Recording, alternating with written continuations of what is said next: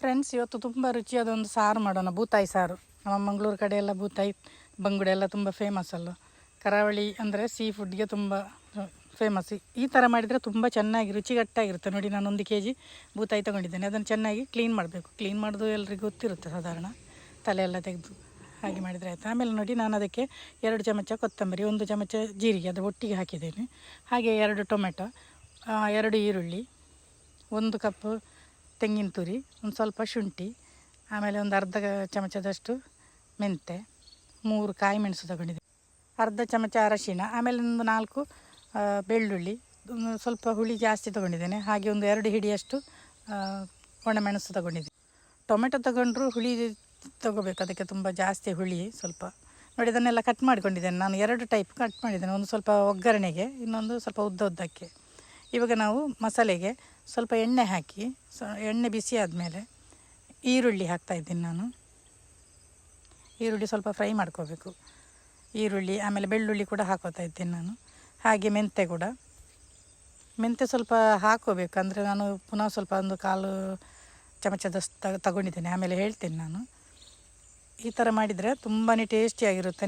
ನಾವಂದರೆ ಸಾಮಾನ್ಯವಾಗಿ ಸ್ವಲ್ಪ ಕಡಿಮೆ ಅಲ್ಲ ಸಾಮಗ್ರಿ ಎಲ್ಲ ಹಾಕೋದು, ಹಸಿಯಾಗಿ ಹಾಕ್ತೇವೆ, ಇಲ್ಲ ಹಾಗೆ ಸ್ವಲ್ಪ ಡ್ರೈ ಆಗಿ.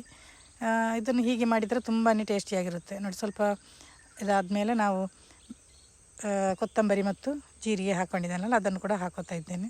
ಅದರದ್ದು ಪರಿಮಳ ಬರಬೇಕು, ಒಂಥರ ಪರಿಮಳ ಬರುತ್ತೆ ನಾವು ಫ್ರೈ ಮಾಡುವಾಗ. ಡ್ರೈ ರೋಸ್ಟಿಗಿಂತ ಸ್ವಲ್ಪ ಎಣ್ಣೆ ಹಾಕಿದ್ರೇ ಚೆನ್ನಾಗಿರುತ್ತೆ. ನಾನು ತೆಂಗಿನ ಎಣ್ಣೆ ಹಾಕ್ಕೊಂಡಿದ್ದೆ. ಹಾಗೆ ನಾನು ತೆಂಗಿನ ತುರಿಯನ್ನು ಕೂಡ ಫ್ರೈ ಮಾಡ್ತಾ ಇದ್ದೇನೆ. ಅರಶಿನ ಕೂಡ ಹಾಕೋತಾ ಇದ್ದೇನೆ ಇದಕ್ಕೆ. ತೆಂಗಿನ ತುರಿ ಇದು ಅಂದರೆ ನಾವು ಹೀಗೆ ಮಾಡೋದಿಲ್ಲ ಸಾಮಾನ್ಯವಾಗಿ.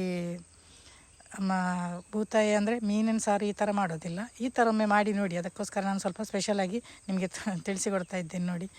ಅಂದರೆ ನಾವು ಇದು ಚಿಕನ್ಗೆ ಮಾತ್ರ ಈ ಥರ ಮಾಡೋದಲ್ಲ. ಚಿಕನ್ಗೆ ಗರಂ ಮಸಾಲೆಲ್ಲ ಹಾಕ್ತೇವೆ ನಾವು. ಗರಂ ಮಸಾಲೆ ಇದಕ್ಕೆಲ್ಲ ಹಾಕಲಿಕ್ಕಿಲ್ಲ. ಅದನ್ನು ಹುಳಿ ಕೂಡ ಹಾಕ್ಕೊಂಡಿದ್ದೇನೆ. ಇವಾಗ ಸ್ವಲ್ಪ ಬಿಸಿ ಮಾಡಿದರೆ ಆಯಿತು. ಹಾಗೆ ಆಮೇಲೆ ನಾನು ಮೆಣಸು ಕೂಡ ಹಾಕೋತಾ ಇದ್ದೇನೆ. ಮೆಣಸು ಅಂದರೆ ನಾನು ಆಲ್ರೆಡಿ ಅದನ್ನು ಸ್ವಲ್ಪ ರೋಸ್ಟ್ ಮಾಡಿದ್ದೇನೆ, ಡ್ರೈ ರೋಸ್ಟ್ ಮಾಡ್ಕೊಂಡಿದ್ದೇನೆ. ಅದರಿಂದ ಇದು ಜಾಸ್ತಿ ರೋಸ್ಟ್ ಮಾಡೋದಿಲ್ಲ, ಒಟ್ಟಿಗೆ ಸ್ವಲ್ಪ ಮಿಕ್ಸ್ ಮಾಡ್ತಾ ಇದ್ದೇನೆ ಅಷ್ಟೇ. ನೀವು ರೋಸ್ಟ್ ಮಾಡಿಲ್ಲ ಅಂದರೆ ಸ್ವಲ್ಪ ಅದನ್ನು ಬೇರೆ ರೋಸ್ಟ್ ಮಾಡೋದು ಒಳ್ಳೆಯದು. ಅದರ ಒಟ್ಟಿಗೆ ಫ್ರೈ ಮಾಡಿದರೆ ಅದು ಸೀದು ಹೋಗ್ಬೋದು. ಇವಾಗ ಆಯಿತು ನೋಡಿ. ಇದನ್ನು ನಾನು ಸ್ವಲ್ಪ ನೀರು ಹಾಕಿ ನುಣ್ಣಗೆ ಗ್ರೈಂಡ್ ಮಾಡ್ಕೋಬೇಕು. ನೋಡಿ, ಎಷ್ಟು ನೈಸ್ ಆಗುತ್ತೆ ಅಷ್ಟು ನೈಸ್ ಮಾಡಿದರೆ ಒಳ್ಳೆಯದು. ಅದಕ್ಕೆ ನುಣ್ಣಗೆ ಆದಷ್ಟು ರುಚಿ ಜಾಸ್ತಿ ಆಗುತ್ತೆ. ನಾನು 2 ಸಲ ಅದನ್ನು ಗ್ರೈಂಡ್ ಮಾಡಿದೆ. ಹಾಗೆ ಅದಕ್ಕೆ ಸ್ವಲ್ಪ ನೀರು ಹಾಕ್ಕೋಬೇಕು. ನೀರು ತುಂಬ ಜಾಸ್ತಿ ಹಾಕ್ಕೋಬಾರ್ದು, ಹಾಗೆ ಕಡಿಮೆ ಕೂಡ ಹಾಕ್ಕೋಬಾರ್ದು. ಜಾಸ್ತಿ ದಪ್ಪ ಆದರೆ ಅಷ್ಟು ಒಳ್ಳೆಯದಾಗೋದಿಲ್ಲ. ಮೀಡಿಯಮ್ ಒಂದು ಅಂದಾಜು ನೋಡಿ, ಇಷ್ಟು ದಪ್ಪ ಆದರೆ ಸಾಕು. ಬೇಕಾದರೆ ಮತ್ತೆ ನೀರು ಮಾಡ್ಕೋಬೋದು. ತುಂಬಾ ಚೆನ್ನಾಗಿದೆ ನೋಡಿ. ನಾನಿದು ಮಿಕ್ಸಿಯಲ್ಲಿ ಗ್ರೈಂಡ್ ಮಾಡಿದ್ರು. ನೀವು ಬೇಕಾದರೆ ಗ್ರೈಂಡರಲ್ಲಿ ಮಾಡಿದರೆ ತುಂಬ ಚೆನ್ನಾಗಾಗುತ್ತೆ, ಇಲ್ಲ ಕೈಯಲ್ಲಿ ಮಾಡಿದರೂ ಕೂಡ ತುಂಬ ಚೆನ್ನಾಗಿ.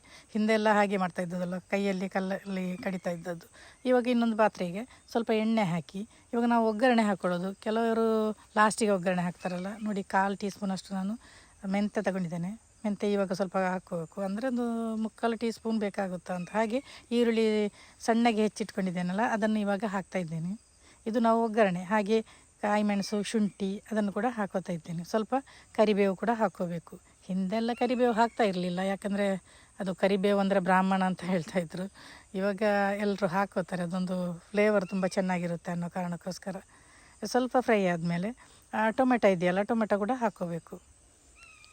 ಈ ಥರ ಮಾಡಿದರೆ ಅದರದ್ದೊಂದು ಟೇಸ್ಟೇ ಒಂಥರ ಬೇರೆಯೇ ಆಗುತ್ತೆ. ನಾವು ಮಾಮೂಲು ಅಂದರೆ ಇದು ಪುಳಿ ಮುಂಚಿ ಮಾಡೋದು ಅಂತ ಹೇಳ್ತಾರೆ. ಅಂದರೆ ಅದಕ್ಕೆ ತೆಂಗಿನ ತುರಿ ಎಲ್ಲ ಹಾಕಲಿಕ್ಕಿಲ್ಲ, ಜಾಸ್ತಿ ಎಲ್ಲ ಸ್ವಲ್ಪ ಹುಳಿ ಅಂದರೆ ಮೆಣಸಲ್ಲೇ ಮಾಡೋದು. ನಾನು ಸ್ವಲ್ಪ ಹಾಕಿದ್ದೇನೆ, 1 ಕಪ್ಪಷ್ಟು ಹಾಕಿದ್ದೇನೆ. ತುಂಬ ಚೆನ್ನಾಗಾಗುತ್ತೆ ನೋಡಿ. ಇವಾಗ ಇದನ್ನು ಕೂಡ ಹಾಕ್ಕೋಬೇಕು. ಟೊಮೆಟೊ ಹಾಕಿದ ಮೇಲೆ ಸ್ವಲ್ಪ ಅದು ಬೇಯಬೇಕು. ಅದರಲ್ಲಿ ಎಣ್ಣೆಯಲ್ಲಿ ಬೇಯುತ್ತದು. ಅಂದರೆ ಟೊಮೆಟೊ ಬೇಗ ಬೇಯುತ್ತಲ್ಲ, ಅದರಿಂದ ಏನು ತೊಂದರೆ ಇಲ್ಲ. ನೀರೆಲ್ಲ ಹಾಕೋ ಅಗತ್ಯ ಇಲ್ಲ, ಎಣ್ಣೆ ಇರುತ್ತಲ್ಲ ಅದೇ ನೀರು ಬಿಟ್ಕೊಳ್ಳುತ್ತೆ ನೋಡಿ. ಅದು ಸ್ವಲ್ಪ ಇದಾದಮೇಲೆ ನಾವು ಅದಕ್ಕೆ ಮಸಾಲೆ ಹಾಕಿದರೆ ಆಯಿತು. ಮಸಾಲೆ ಮತ್ತು ಚೆನ್ನಾಗಿ ಕುದಿ ಬರಬೇಕು. ಅದು ಚೆನ್ನಾಗಿ ಕುದಿ ಬರಬೇಕು. ಒಂಥರ ಮೀಡಿಯಮ್ ಫ್ಲೇಮಲ್ಲಿ ಇಟ್ಟು ಮಾಡಿದರೆ ಒಳ್ಳೆಯದು. ಚೆನ್ನಾಗಿ ಕುದಿ ಬಂದ ಮೇಲೆ ನಾವು ಮೀನು ಹಾಕೋದು. ಮೀನು ಹಾಕಿ ಒಂದು 2 ನಿಮಿಷ ಅದನ್ನು ಹಾಗೆ ಬಿಟ್ಟರೆ ಆಯಿತು. ಅದನ್ನು ಸ್ವಲ್ಪ ಅಂದರೆ ಅದಕ್ಕೆಲ್ಲ ಸೌಟೆಲ್ಲ ಹಾಕಲಿಕ್ಕಿಲ್ಲ. ನಾನು ನಿಮಗೆ ತೋರ್ಸೋಕ್ಕೋಸ್ಕರ ಸ್ವಲ್ಪ ಸೌಟ ಹಾಕಿದ್ದೇನೆ. ಅಂದರೆ ನಾನೊಂದು ಕೈಯಲ್ಲಿ ಇಟ್ಕೊಂಡಿದ್ದೇನಲ್ಲ, ನಾನು ಸ್ಟ್ಯಾಂಡ್ ಇಟ್ಕೊಂಡಿಲ್ಲ, ಬರೀ ನಾನು ಒಂದು ಕೈಯಲ್ಲಿ ಮಾಡ್ತಾ ಇರೋದ್ರಿಂದ 2 ಕೈಯಲ್ಲಿ ಅದನ್ನು ಇದು ಮಾಡಲಿಕ್ಕೆ ಆಗಲಿಲ್ಲ. ಅದರಿಂದ ನೋಡಿದ್ದಕ್ಕೆ ಸ್ವಲ್ಪ ನೀರು ಹಾಕ್ತಾಯಿದ್ದೇನೆ ನಾನು.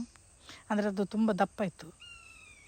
ಹಾಗೆ ಇವಾಗ ಸ್ವಲ್ಪ ಉಪ್ಪು ಕೂಡ ಹಾಕೋಬೋದು. ಉಪ್ಪು ಎಲ್ಲ ನೋಡಿಕೊಂಡು ಹಾಕಿದರೆ ಆಯಿತು. ಉಪ್ಪು ಹಾಕ್ತಾ ಇದ್ದೇನೆ. ಉಪ್ಪು ಹಾಕಿ ಪುನಃ ಒಮ್ಮೆ ಮಿಕ್ಸ್ ಮಾಡಬೇಕು. ಇನ್ನದು ಒಂದು ಚೆನ್ನಾಗಿ ಕುದಿ ಬರಬೇಕು. ಚೆನ್ನಾಗಿ ಕುದಿ ಬಂದ ಮೇಲೆ ನಾವು ಮೀನು ಹಾಕೋದು. ಅದಕ್ಕೆ ಮುಂಚೆ ಎಲ್ಲ ಹಾಕಲಿಕ್ಕಿಲ್ಲ. ಈ ಚಿಕನ್ ಆದರೆ ಅದಕ್ಕೆ ಮುಂಚೆ ಹಾಕಿದರೂ ಏನು ಆಗೋದಿಲ್ಲ. ಯಾಕಂದರೆ ಸ್ವಲ್ಪ ಕೆಲವರೆಲ್ಲ ಇಡ್ತಾರೆ ಇದು ಮಸಾಲೆಯಲ್ಲಿ ಸ್ವಲ್ಪ ಹೊತ್ತು. ಮುಚ್ಚಳ ಮುಚ್ಚಿದ ಮೇಲೆ 1-2 ಸಲ ತೆಗೆದು ಕೈ ಆಡಿಸಿದ್ರೆ ಸೌಟ್ ಆಡಿಸಬೇಕು ಸ್ವಲ್ಪ.